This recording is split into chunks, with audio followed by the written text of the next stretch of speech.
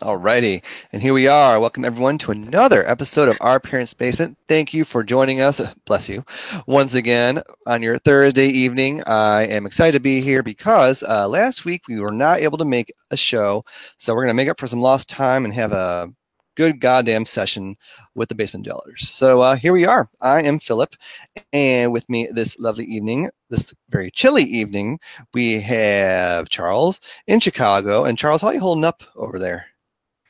Chicago, it's winter. It happens. It gets cold. It does, but it is. Was it now 1? Yeah, it's warmed up a bit. It's warm. Warmed up. Well, it was. I went out to do some, some photography early this morning. It was minus 18. Starting to get little ice crystals form on the mustache. That's how you know it's a little cold. Yeah. When I got to put gloves on, it's cold. I had to put gloves on because it's cold. Did you get a new light? I did. It's yeah. Thank you for noticing. Because now I don't have to turn this one on because I hate that thing. And yeah, we put it in, and Russell was like, "Is that too bright?" I'm like, "No, that's perfect. That's going to save me a lot of trouble." So, thank you for noticing. Now you can see all this, in the brightness. But yes, welcome, Charles. Great to have you along. Glad you're staying warm. And we also have Jason, but I call him Turf. So does Charles. And Turf, how's it going this evening? You staying warm? I am actually warm. It's in the 30s, I think, or maybe the upper 20s here in northern Arkansas. A little weather report because everybody and their mom is doing that right now. You know what I say? They really are. Yeah, everybody's a meteorologist. When Chicago, they went from negative 18, minus 18 to 1. I say, Chicago, way to stay positive. Yeah, yeah. I'm puns. When I woke up this morning, it was minus 22. So that when it's minus 22, I just go back to bed. There's no sense. There's nothing to do. I don't even know, like, what does minus 22 feel like? Cold. Charles. That's funny. Really? You take your boiling water in the cup, throw it upside, you get snow when you pop it in the air. Oh man. Like that on the face world. When does that happen? What temperature can you throw frozen or boiling water out and it freeze? I don't know, probably under minus 18, minus 19. I don't know is a perfectly acceptable answer. Probably minus Chicago, whatever it is there. Yeah, minus Chicago. Well, I'm glad you're staying warm as well. I'm glad the BOB is warming up. And you're sitting there in a t-shirt. Yeah, well, we had the heat on all day, and heat really rises in this house. So I'm comfortable actually. And I was freezing at work, and I was freezing the moment I stepped outside because I get cold very quickly, very easily. And right now I think it's in the 30s as well, maybe something like that. But it was 16 this morning when I went to work, so it's also warmed up a little bit. And this weekend is supposed to be in the 60s, so whatever. Who knows? But, we're not here to talk the weather. We are Our Parents' Basement. We talk video games, and that's what we'll be doing this evening. This evening's topic, actually, was inspired by last week's show. Near the very end, we were talking about something, and somehow the Game Gear got brought up, and Charles was looking at his Game Gear games.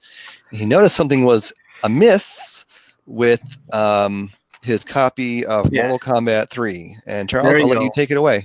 So I was looking at my copy of Mortal Kombat 3. I'm looking at the label printing on there. I'm like, that looks pretty fuzzy. It looks like shit. It's not centered too well. So I know if you get it too well right there. Yeah. It's not that sharp, even though it's not in focus. It's not that sharp. So I crack it open, and I find this in there. So what are you holding up to the camera for those listening, audio only? That is a rewritable ROM chip. And what is that? Apparently, like, you could flash anything on there that you want. Oh, so essentially what, if my understanding is correct, they put a ROM of Mortal Kombat 3 on there, sealed it up in the Game Gear cartridges, and stuck a feather in its cabin, called it macaroni type of deal? Yeah.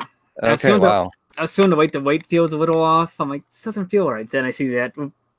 I put a piece of electrical tape on there to cover that window up, because if that gets enough UV light, it'll wipe the chip, which is interesting. So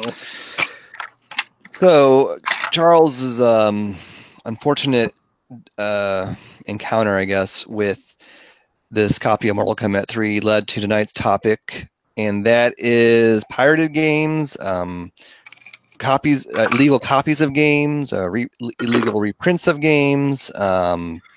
Jeff, am I missing anything? Because you had some more language for it. Unlicensed games. Unlicensed games. Anything else? No, that'll work. All right, yeah. So that's what we're talking about tonight. Frauds and bootlegs and unlicensed things. I thought we might just take a little trip down that rabbit hole and see where it takes us. Yes. Philip, you said have you ever run into an unlicensed, or not an unlicensed game, run into a bootleg and anything you've bought? I mean, you get into some of those quirky RPGs that are expensive.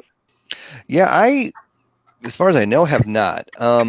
I thought I did with a Game Boy Advance game, and I know the Game Boy Advance is kind of notorious for having bootlegs, but as far as I could tell, my copy of this game was legit. It's Final Fantasy V, and it looked fine based on what the cartridge looked like. I did not take it apart, but I'm still having issues with it. So who knows?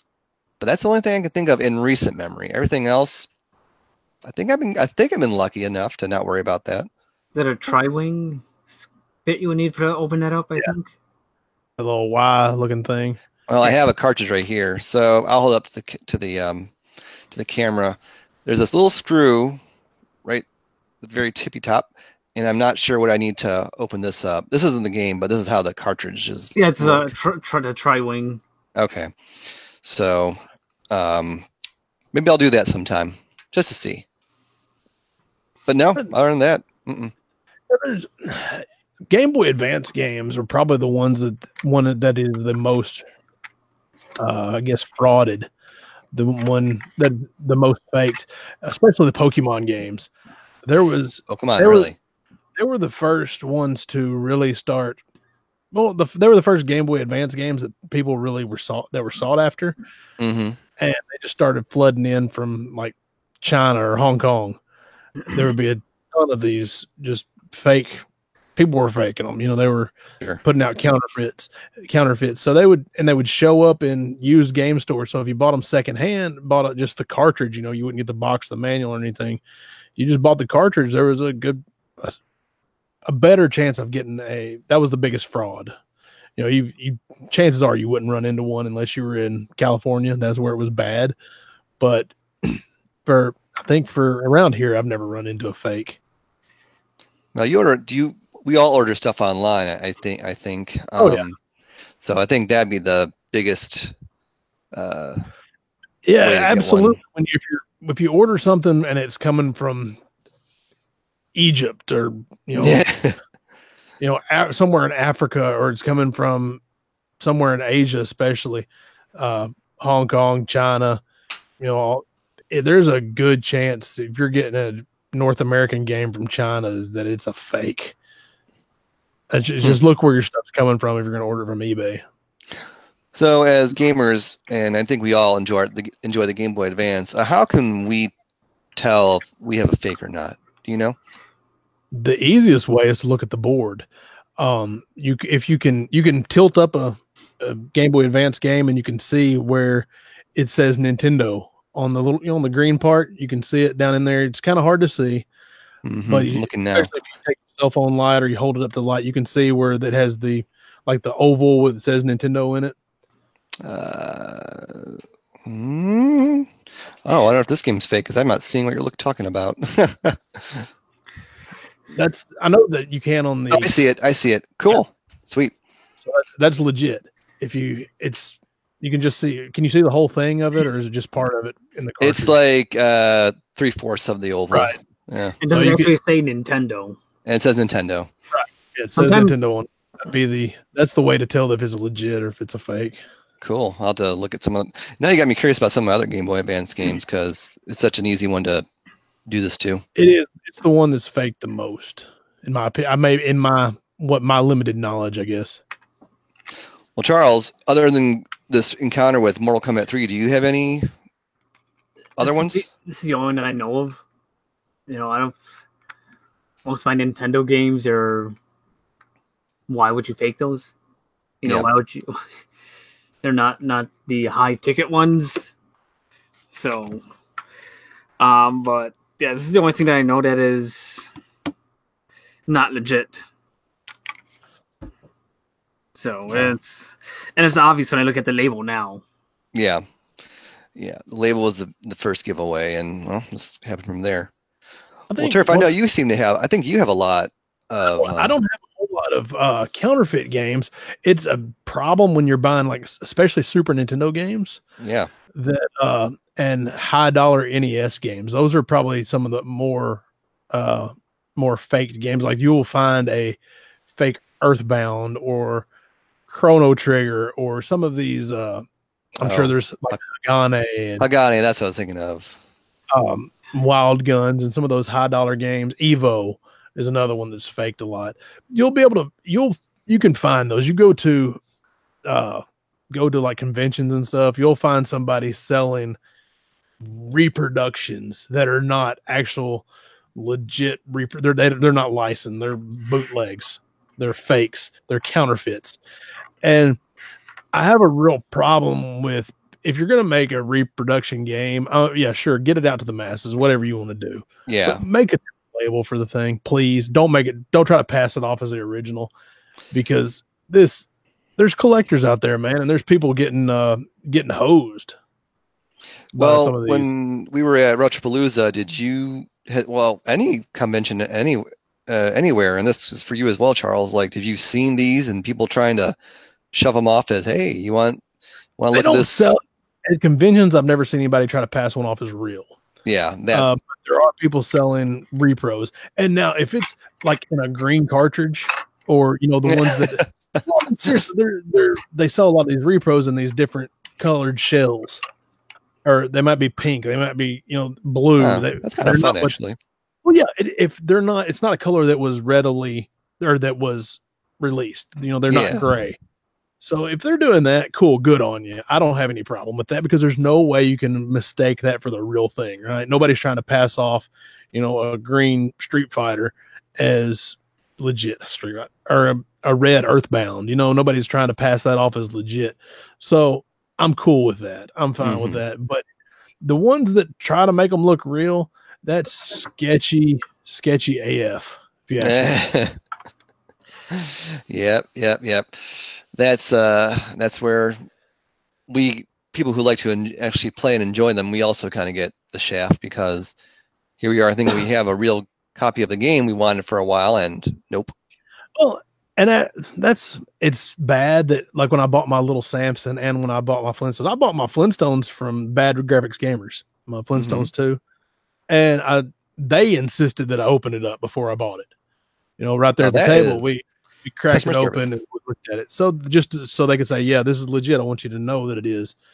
And because those games, like Little Samson, it's a big one that people would counterfeit. And I cracked it open, and it's bad that I didn't know the guy, but I knew a guy that knew the guy that I bought it from. So, and I didn't want to try to be shitty about it, like, crack this thing open. I want to make sure you're not trying to hose me. But I'm like, man, if I'm spending this kind of money on a game, I need to crack it open and look at it, Oh, I completely agree with you there. He has hard feelings about it either. No, like, the dude didn't have hard feelings about it. He's like, yeah, go ahead, man. It's legit. Go ahead and open it up. And I don't think anybody would, when you're spending that kind of money, would have a problem with it. Definitely. But if they don't want you to open it up, then that raises flags. It does. Yeah. And when I bought my little Samson, I got a box and manual with it, and they are reproductions. Both of them are. And the dude told me that. He's like, it's a reproduction. It's, in the UPC on the back of it has a big circle with a line through it, and it says reproduction on it. So there's no mistaking it for real. The front of it looks real, but the back looks different. So you can't buy, or I couldn't pass the box off as legit. So, little quick aside, is there any chance you'd be able to find a box or manual for Little Samson, like a real one? Oh, you can find one without spending a lot of money. No, not without spending a fortune. Okay, or really lucky. I figure like the game's a big thing, but the other Well, pieces. the game by itself is about, I think it dipped down under 1,000 maybe. Like a complete copy is like $2,500. It's so weird how that for video games. Oh my goodness. That's collectors, man. That's we're nuts. Yeah. So Yeah. they're near that for mine, but Right. I paid a lot for it, way more than I should have. So with cartridges, it seems like it's pretty easy to mess with them. What about CDs? I know that there's not Sega Saturn bootlegs out there because it had some weird copy protection on it that they can't even, or not even emulated very well, right? Yeah, it's hard to emulate. Yeah, Like I know that Panzer much. Dragoon Saga doesn't have emulation out there Right. because of the weird copy protection and source code was lost and all that noise. Right. But like Dreamcast, super easy to bootleg. Is it But, really? Yeah, you can put it in a CD burner. Huh. If you I can know. just get a good label for it and get a good, like the front of the disc to look right, yeah, you could bootleg those easily. Wow. But I mean, you could, but if anybody's buying, Cannon Spike or something or that Bang-O or Oh, Bangai-O, which if you're- is. Go ahead. I'll tell you in a minute. if you're buying one of those, you're going to know I think the back of them looks different than a regular CD. Okay. So they're just a CDR or the shiny part. Mhm. So anyways, Bang-O. I was gonna say, like, maybe not more than 4 or 5 years ago, that game was $8-10, and now I want to know what happened. It was $8 or $10. Oh yeah, like I got a copy for super cheap like not years ago, but not too long ago. It feels like, and just from a used media store, and played it, finished it, returned it. I was like, okay, cool, I'm done. But now I had no idea. Like $100 game. It's not just bananas expensive, but it's not cheap. No. I don't know. Is it Well, good? No, I didn't like it very much. So Yeah, it's like on my Dreamcast list of ones that I'd want, but I think it's just because it's collectible. yeah, it's not very fun. So, anyways, back to this topic of fakes and frauds. I like the name of the title. I really don't know that much about it, so I'm asking all the questions here. Is there a way to, like, I don't know, if you get stuck with one, are you kind of like you're SOL? kind of hosed. I mean, you can. Yeah, I think it would be unethical. I think to sell it as real. I couldn't do Yeah. it.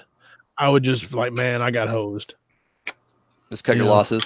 Yeah, just like that sucks. I've got a bootleg game. I guess I'll play a bootleg. Or there's people that'll give you $50 for a bootleg, game, or $20 for a bootleg game. So just cut your losses and go on if you don't want Sure. it. So Yeah. that's just my thoughts on it.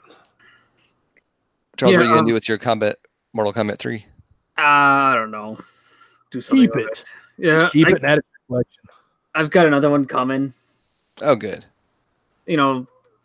Sell on eBay, open it up, showed the board out there. I'm like, okay, shows that's an actual Game Gear board. That's what it's supposed to look like. Yeah. When you bought this copy, did you see like pictures of it? No, I didn't have any, thing to like think that someone would want to fake Game Gear games. Yeah. Yeah, I wouldn't have thought anybody would fake Game Gear games because they're really not just crazy expensive, right? Not really, no. I mean, how did you already say? Probably wouldn't listen. How much is Mortal Kombat 3? It's like $50. It's one, Right, it's so one of the it's more not- expensive ones. It's one of the more expensive Game Gear games, but it's not ridiculous by any stretch of the imagination. No. Mm-mm. No. So I wonder who would take the time to do that. I don't know. Well, I mean, really, you would have to sell a You're bunch of right. those. Who would do such a thing? Like, I could who's rubbing their hands here like, oh, I'm going to show these guys. I'm going to bootleg Game Gear games, system If from what? I'm going to set myself up to bootleg something, I'm going to do NES games, or I'm going to do maybe it was easier to do that. I don't know. It just I don't know. That's We what got I'm wondering as well. Is like, how easy would it be to, you mentioned Little Samson, so going back to that, how easy would it be to find its label, print it out on adhesive, find an old copy of like, I don't know, Duck Hunt, tape, or put the new lit sticker over it, and then call it a day. But like, you wouldn't sell it. You wouldn't like mess with the circuit board. You just put the label over it so it looks like it is Little Samson. well, it wouldn't. I don't. Once you got set up, it'd be easy to do. But who's going to do that? Printing jerks. Yeah, I mean, there's people that would, but I'm thinking about Game Gear games. Who's going to take the time and do that for $50 and have to make a new eBay account after they get caught selling those? Who's going to like Little Samson? Yeah, you could do that. You could make you a little bit of money and run off into the darkness, but I don't know. I just don't understand the Game Gear games, or even for like a $50 NES game or a $50 or making a fake Genesis game. It just seems like it's a lot of hassle. Right. Yeah. Agreed. Agreed. Yeah. Seems like way too much work just to make a quick buck. I think so, but what do I know? I'm just some fool. So anyways, that's I've bought a bunch of games, and the worst thing that I've had is I bought a copy of The Death and Return of Superman for the Super Nintendo. Mm-hmm. And it turned out to be somebody had put a board for Super Punch Out in it. Oh, jeez. Which is not bad. Super Punch Out's a great game. Oh, well, yeah, but I already had it. And what was weird is Super Punch Out isn't cheap. It's like a $20 game, and Superman's $25 game, I guess. I don't know. You wouldn't do that to try to hose somebody. Yeah. I wonder if years ago somebody didn't rent that and swap the board out because they wanted to keep one. That I could see. I think that used to be a thing. Like people would swap out the board to get to keep the one they wanted, but I don't know. Yeah, that's the whole thing. Like that's why I'm wondering. Like, why is this a thing in the first place? Like, who had this idea? Who was like the first one to have this idea of, I need some money for rent. Here's an idea. I could sell a fake copy of. You said Pokemon are popular for the Game Boy Advance. A fake copy of that, and then be good for the month. Like even like Game Boy Advance Pokemon games are what, $40 tops, 30. Yeah, I would think so.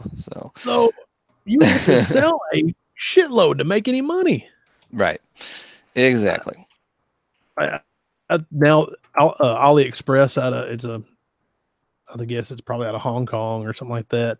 You can buy $5 Pokemon games, and you can buy Pokemon Yellow or whatever else. They're just straight up bootlegs that here you go, and you can buy a ton of them. So it's more readily available now than it was. It's not as odd. Mm-hmm. So, Turf, do you have any more in your collection that are fakes and frauds or something, or unlicensed or whatever? Oh man, I was trying to hold off about another 10 minutes before we start talking about unlicensed stuff. But what does unlicensed mean actually? Then? All right, well, let's take a step back. Back in the day, way back when the NES was taken off, the regular Nintendo, if you will, the 8-bitter. Yeah. When it was taken off, Nintendo had a practice where you had to go through them or they wouldn't license your game. They said you can only, a company can only have 5 games a year come out because they just come out of, the video game crash of 1983 when all, hell broke loose and Atari crashed. Mm-hmm. Well, Nintendo kind of saw how that was a problem and said, no, we're not going to allow you to everybody to just dump games on our system. So there's trash because, grandma wouldn't buy a little Timmy Atari or an Atari game because she didn't know which one was good because there was so much trash out there, So they wanted to say, well, if this thing is if we license it, it means it works. You're going to have to send us your game, and we're going to give it our Nintendo stamp of quality. And then that means that it can be sold and played on the NES. Now, the NES had the 10NES lockout chip, or the 10NES chip, that was a lockout that if you didn't have their blessing, the Nintendo just wouldn't play it. So you were stuck with this a husk, if you will. Yeah, well, they couldn't. These companies wouldn't put anything out there because it just wouldn't work. It physically would not work. And some companies decided, you know what? F you, Nintendo. We're not going by your practices. We're going to, like a lot of them would cause a voltage spike in your NES, which could damage your Nintendo. But they said, to heck with it. We're just going to do a voltage spike, and we'll get around this 10NES chip just by brute force. And that's what Comerica did. That's what AES, the American Entertainment, is that right? And anyways, AES, American Video, and some of these other companies, they just brute forced their way through the NES security. I guess this is kind of copy protection. Maybe not copy protection.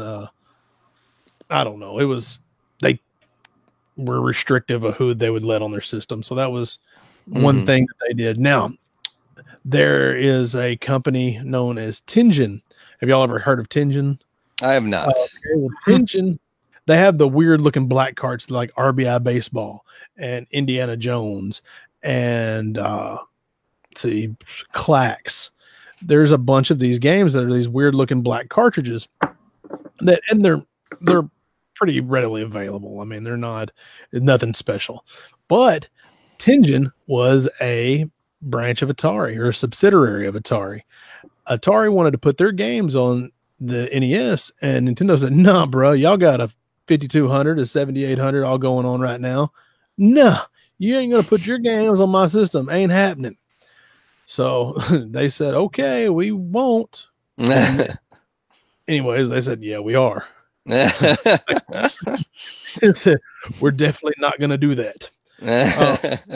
So what Tengen did was kind of super shady and illegal, I guess. Maybe they were trying to get these games on the Nintendo, but they couldn't. They tried to get the NES or 10NES chip and reverse engineer it, and they were unsuccessful. They couldn't figure out the code. So what does Tengen do? Well, they say, "Hey, United States Copyright Office, can you give us that code that Nintendo used for their patent? Because we're using it in a lawsuit against them." And I guess a judge said, "Yeah, well, you can subpoena that." So the U.S. Copyright Office gave it to them, and they said, "Yeah, we can write a program to go around this." So those games, the Tengen games, this arm of Atari, they won't hurt your NES. You can play them in it. Nothing's going to happen because it's all in code. Doesn't have that brute force to go around that 10NES chip, that lockout chip. Yeah. So, which was amazing, if you ask me. It was clever. It was deceitful. A little shady. Super shady. But it caused a huge lawsuit. You know, Nintendo sued Tengen several times, and the one time that Nintendo was very successful in this was over Tetris. And if anybody that's collected NES games knows about the Tengen Tetris, or the black Tetris. Go on. Nintendo was forced to recall all of these. Tengen was forced to recall all of them, and then everybody's seen the gray copy of Tetris that Nintendo came out with. The Nintendo Tetris and the Tengen Tetris are two different games. They're both playable on the NES, but Nintendo had there's a big Tetris controversy about who even owns it to this day, because some Russian dude came up with it. Nintendo's like, "Nah, bro, we got it. It's ours now." But it's been released on everything. So, our buddy Norm, the gaming historian, he did a really good video on Tetris and all the shenanigans that went into that. So I would suggest, if you get a chance, to watch that. It's very informative. But Tengen lost that lawsuit, and they had to recall all of those cartridges. Now, Wikipedia says there's only about 50,000 of those black Tetrises floating around, or there was only 50,000 sold. I find that hard to believe because it's less than $100, and there's only, in the collector market that there's only 50,000. Okay. I'm not really buying. There's probably more out there than that, but that's what Wikipedia says. But anyways, Tengen went on. They made Genesis games and Master System games, and they were cool with Sega. But anyways, that's what those cool black cartridges are that you'll find in thrift stores and whatever else, with Rolling Thunder and Pac-Man and Miss Pac-Man and Pac-Mania and what else? Roadrunner. Does it say Tengen on the top on the label? Yeah, it does. It says Tengen on it. They've got their own color scheme, own logo. It was an arm of Atari. It was a legit company. Yeah, that they just didn't want to abide by Nintendo's decision to not let Atari games on their console. So they went ahead and I don't know where you bought them new. It seemed like they were in every rental store. Yeah, rental stores. I remember seeing some black ones, but there's a ton of them out there. I had a buddy that everybody had RBI baseball, right? I mean, y'all are. I mean, Philip, you're a little younger. You didn't get into gaming as early as I did, but my buddies had RBI baseball. I don't know exactly where they came from. I don't ever remember seeing them for sale. Charles, did you have it too? I don't remember seeing them. Oh, really? No. Yeah, I don't remember ever seeing them for sale in a store, but I've got a few boxes for them. I've got all the games, so they're out there. I mean, they were selling them at some store, but anyways, that was a horse of a different color. They're out there. And then Tengen did that, which was cool. They actually did license 3 of their games. There's a Pac-Man and RBI Baseball and Gauntlet. They have licensed and unlicensed releases. There's those 3 come in a cool gray cartridge, just like all the other Nintendo games that you've seen, the NES games that you've seen, and they have the black kind of curved front, and it's got 2 of the little bumpy things that you grip on and hold. But anyways, and then there's another company called Color Dreams that made several of these unlicensed games. Now these are less quality. The Tengen games were legit games. They were made by experienced programmers. And then Color Dreams comes along and they're like, we're going to make some shitty games. They want to try it too, huh? Yeah, we're going to try it too. And okay, they're going to make some games. Well, then nobody wanted to buy their games, so they changed their name to Bunch Games, and maybe they'll buy Bunch Games, but it's the same company. And then no, they didn't. Nobody bought Bunch Games. And then they said, well, you know what? Hallelujah. We found Jesus. We're now Wisdom Tree. Oh my God. Wisdom Tree made Bible games. Oh yeah. And they were all, which was weird that all the Bible games are unlicensed, and I guess went against, they were borderline illegal, I guess. There's like Bible Adventures and Bible Buffet and Bible Buffet. Oh my God. Sunday Fun Day, Exodus, Journey to the Promised Land, Joshua and the Battle of Jericho. They made all these games, and I guess they sold them in like Christian bookstores. Huh. My cousins had a couple, or one of my cousins had 2 of them, and which cool. There was one, the King of Kings ones isn't bad. It's King of Kings, the early years, and the one with is it the one where you throw fruit?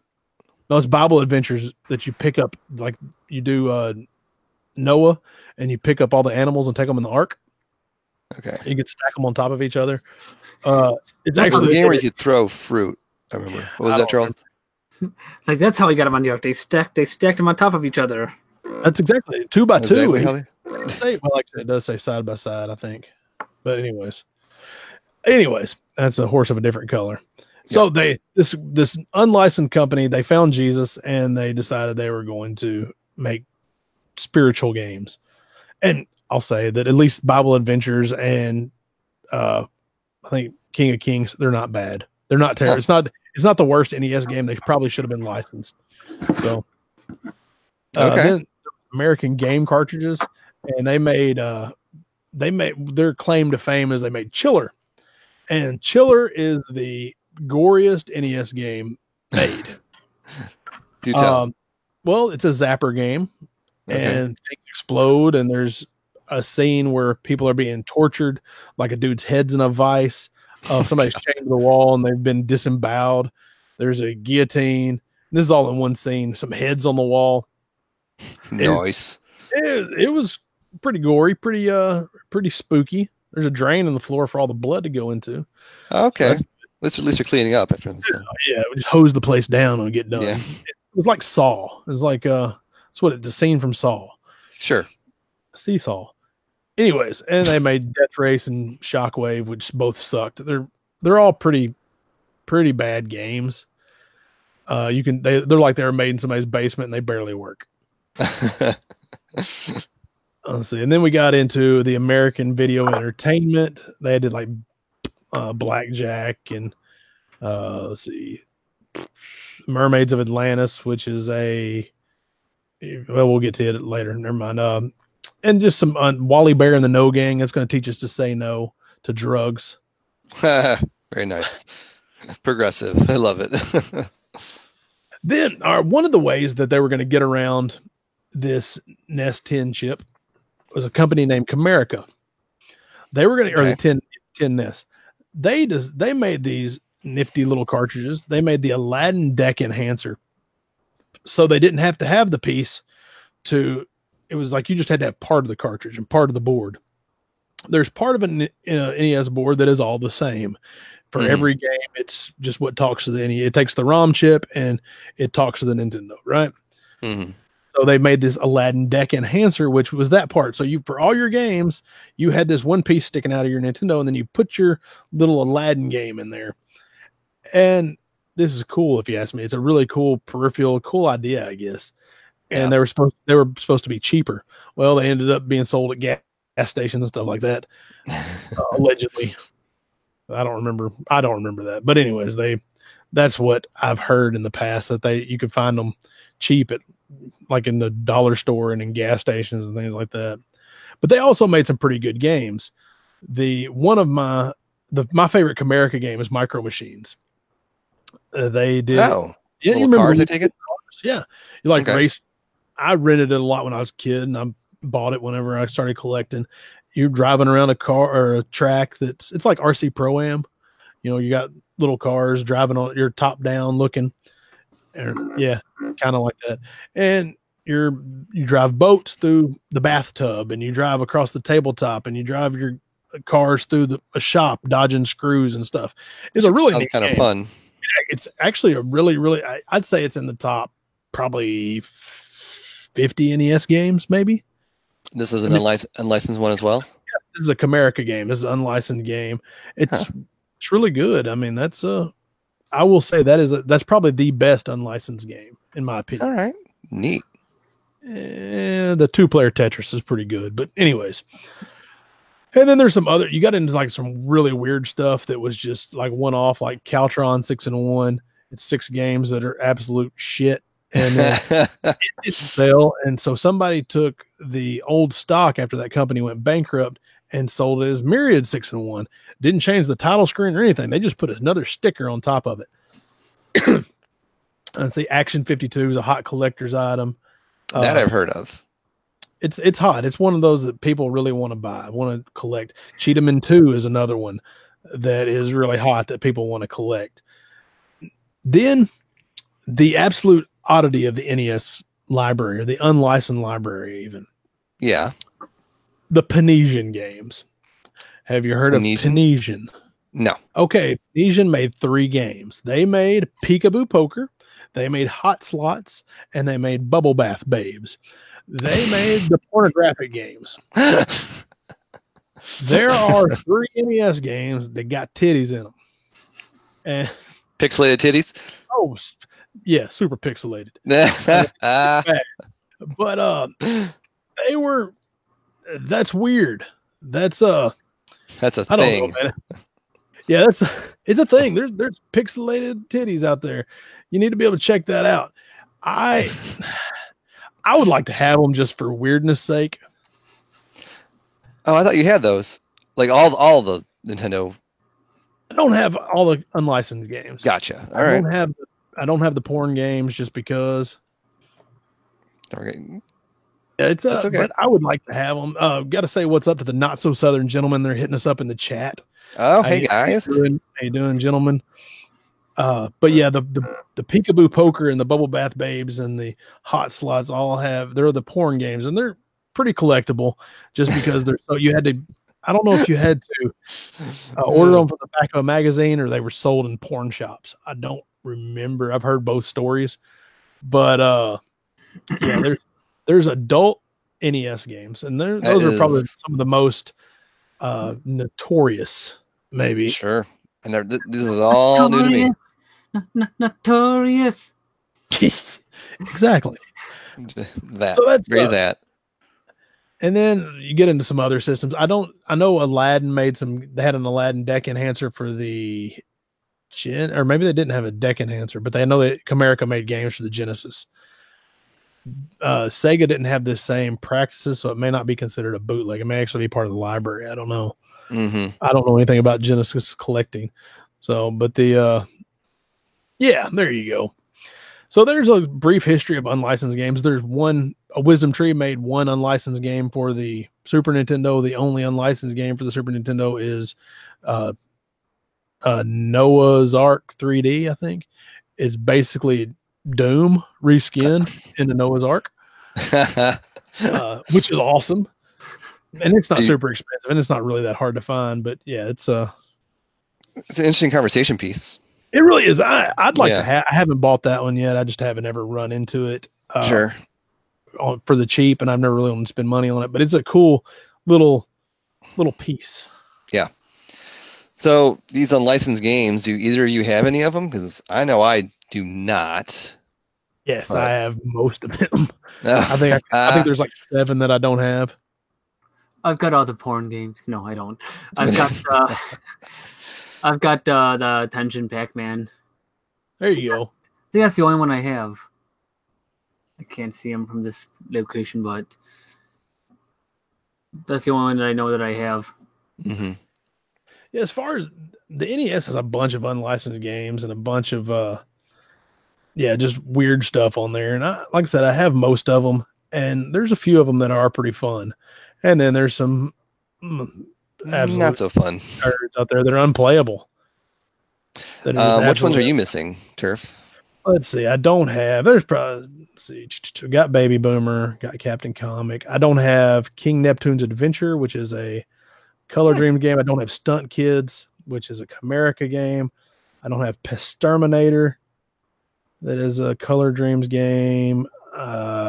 Tag and Dragon. Do you want all these, by the way? Or yeah, I'd like to have them. Yeah, just for the sake of weirdness and coolness. So there's I don't know. There's several companies that are remaking games or making new games for the NES, and I don't know really how. I don't think they fall into bootlegs because they're not sold the same time as the other games. You know what I mean? They're like homebrews. And there's a couple of them that are really good, but I don't think they fall into the same category, in my opinion. Now, I will back up and say there is a company they're reprinting NES games with the blessing of the original company. Like I know, like they're making Irem games.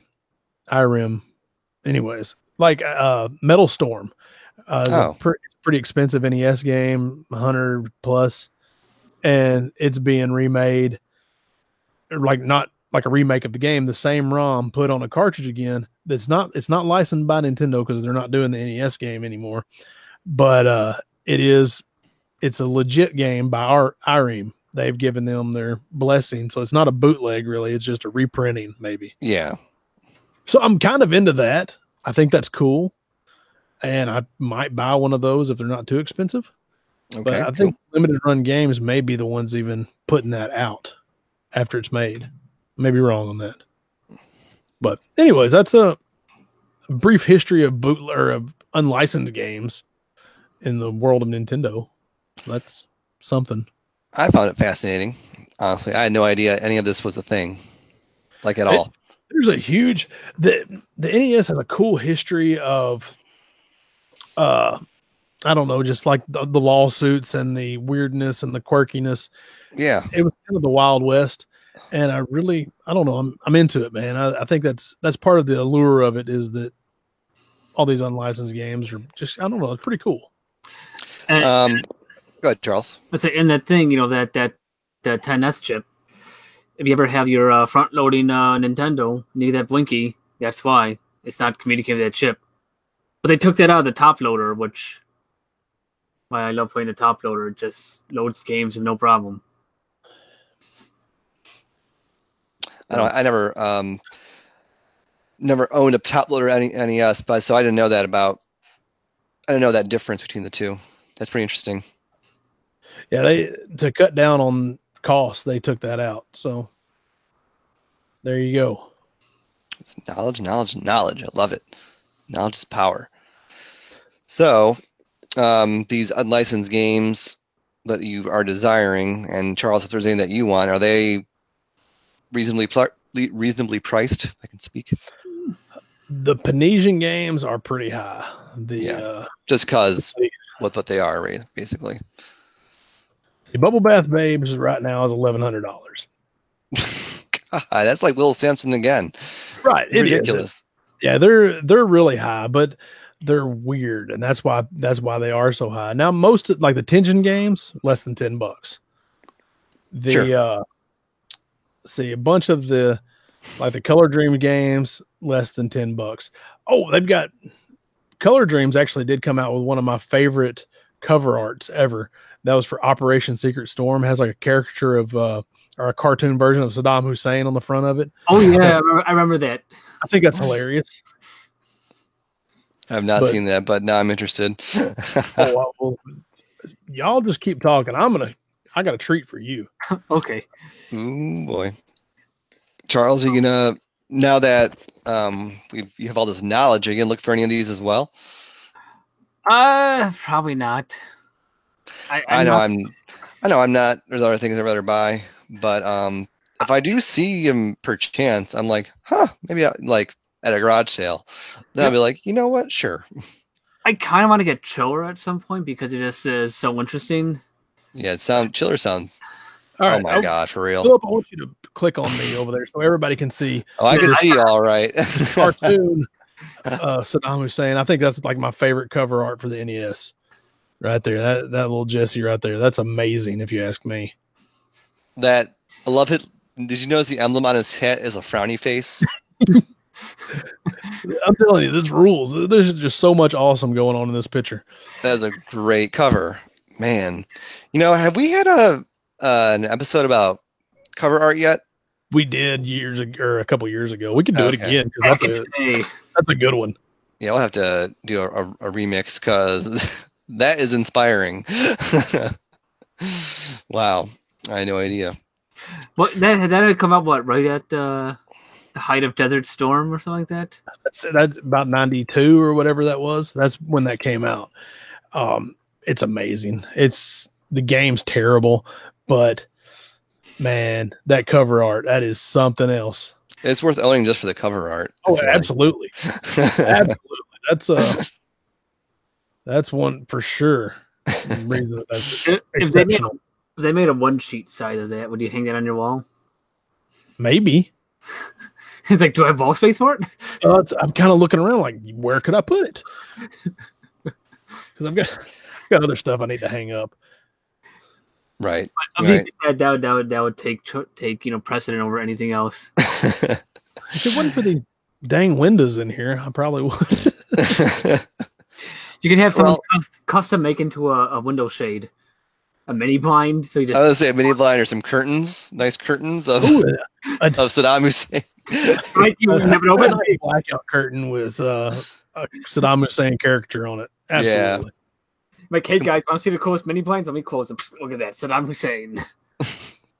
Like with it was the frowny face emblem on his hat that did it for me. I'm like, how far from the truth is this really? And man. he looks really shocked at it too. He's not like angry or anything. He's like, what just happened? Like he just, I don't know. Somebody came out of the shower and he didn't mean to see it. He's like, oh yeah, that's not the look of a You took my dictator. Cool Ranch Doritos. Which is trivia fact, that was his favorite flavor of Doritos. It's Cool Ranch Doritos, apparently. Okay. For real? Yeah.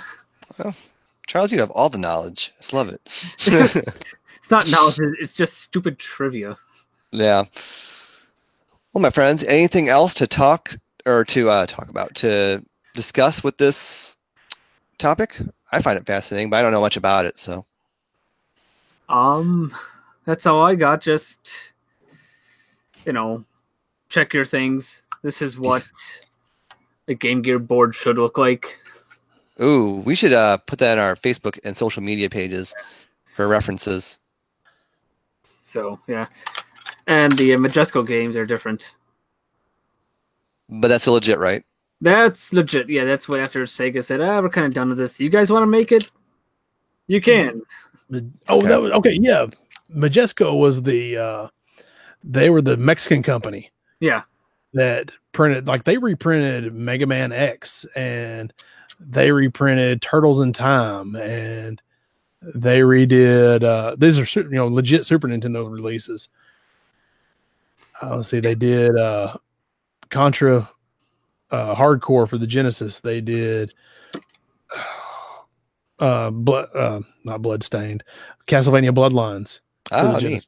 Yeah, they did kind of, it was like the greatest hits before greatest hits. Yeah. Gotcha. When they would re-release it and they wanted to sell more copies, I was like, hey, Majesco, can you print us some up? And they're like, yeah, cheap plastic, no back labels, we got you. Cardboard boxes instead of the cool clamshells for the Genesis, we got you. Black and white instruction manuals for your Super Nintendo games, we got you. Neat. And you'll charge a normal price for it. We gotcha. Oh, they charge a normal price for it? I don't know if they did or not. I said, it was kind of the greatest hits. It was the boxes and all looked the same, for the Super Nintendo, other than it said, manufactured in Mexico. Yeah, gotcha. Interesting. Very cool stuff. Man, I learned a lot tonight. I was not expecting to have such a knowledge overflow, but I'm glad I did. This is really bomb. Really cool stuff. Yeah, basically. We are getting close to the end. So what I'm going to do next is, Turf, if you're still up for talking some more, do you want to give the closing remarks? Y'all haven't had enough of me yet? Well, never. No such thing. No such thing. If y'all have enjoyed this episode of Our Parents' Basement, you can always download plenty of more episodes on your mobile device. We're on Stitcher, Google Play, iHeartRadio, SoundCloud, Spotify, Tuned In, iTunes. Forgot about that one. iTunes and Google Play are the biggies. So be sure to check us out. Download I think this is 128, so there'll be 127 other episodes. That's a lot of days. That's a lot of time. You could just turn this on and not hear the same thing twice. So that's cool. Half a year.